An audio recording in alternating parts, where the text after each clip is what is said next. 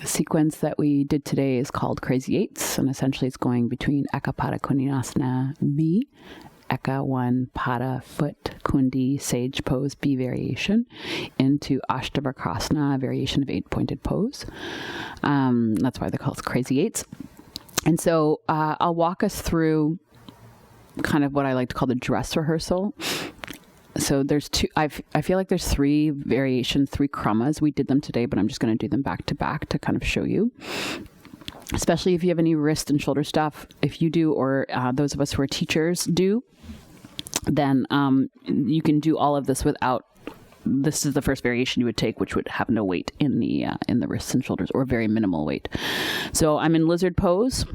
Grab a hold of the back of the right ankle with the right hand, shimmy shoulder behind right knee, so my right foot is forward. Right fingertips down. Men's center of gravity is their chest. Women's center of gravity is their pelvis. So for men, having the hands further forward is generally easier for them because as they lean forward, their center of gravity, their heart comes closer to the ground. It's easier for them to lift their legs. For women, generally, center of gravity is their pelvis, so I find walking my hands back towards my pelvis gives me a bit more support. I'm going to say that because it also has to do with the proportion of your body. I'm very long-limbed and I have a very short torso, so my legs are actually quite heavy. So I also move my hands back to support these lovely legs of mine that are very large.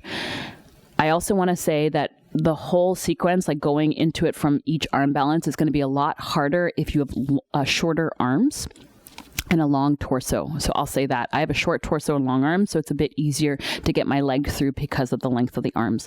So know that all of this is dependent upon many things, and one of the first ones is structural, like what is the shape of your body? Thanks for listening. I'll go back into this, okay?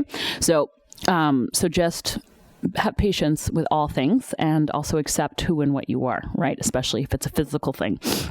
So palms come down to the ground, reach the chest forward so people can stay here, hug right sit bone towards inner left thigh, right? They can even explore lifting the toes up off the ground. So most of the weight's in my feet, not my hands, okay? And then from here, I'll step my left foot forward, meaning my back foot forward. You can release both your hands out from under, in between the legs, and then sit your butt down. And then I'm just going to turn this way so you can see, okay?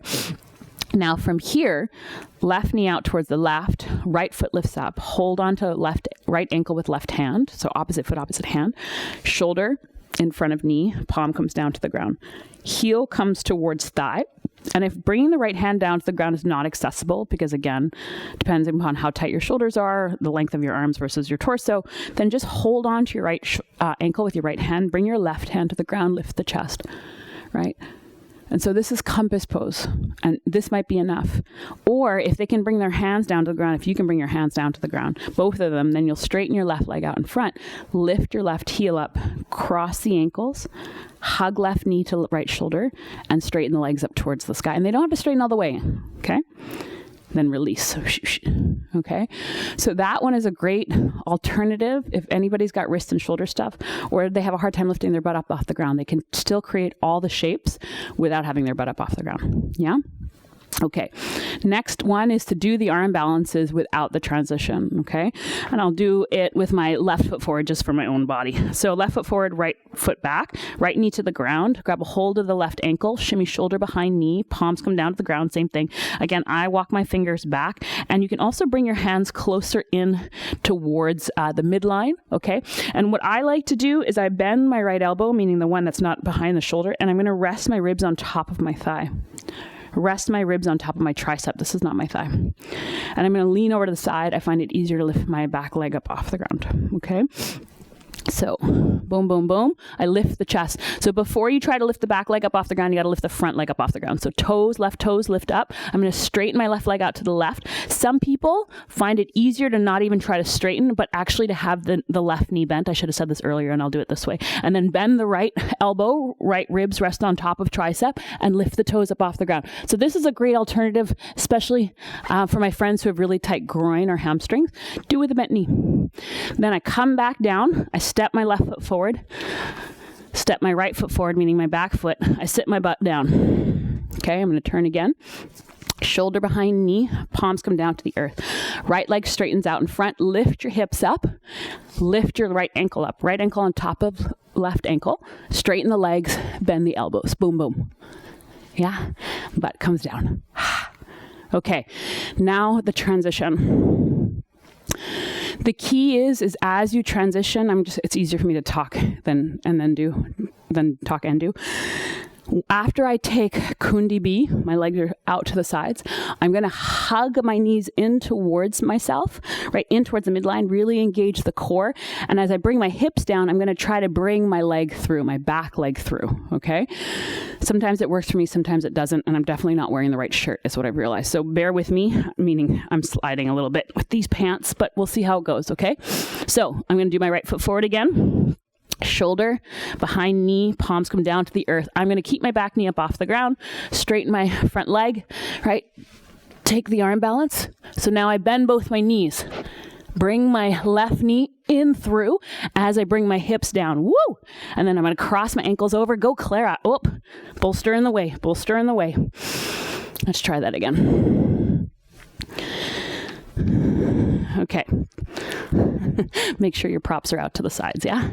So arm balance, and then knee, left knee in towards the chest. Woo! I'm going to slide it through, cross the ankles over, and I'm there. And then I'm just going to lie down. Yeah? I don't know if you got all that. I feel like I should do it this way so you can see it better. And I'll do my left leg just, okay, okay. Bend, reach, straighten, leg lifts, both knees in. You can just sit down. That's what I'm going to do right now. I'm going to sit down, cross, ankles, lift the butt, bend the elbows, right? And then lie down and die in corpse pose. Just kidding. Especially those of us who are teachers, after all of that, make sure you open up the front of the pelvis, right, and the front of the chest. And so how we countered that today in class is we did supported fish pose, open up the front of the chest, then we did supported bridge pose. And I did both of those things supported because that was the lunar part of class, because we did an hour-long class today, so we didn't have a ton of time.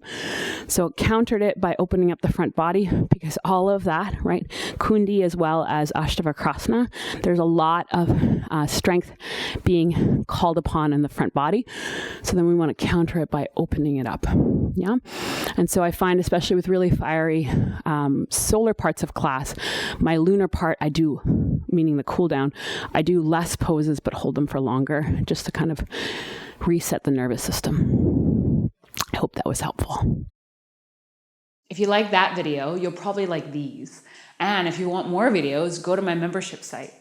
Either way, let's stay connected.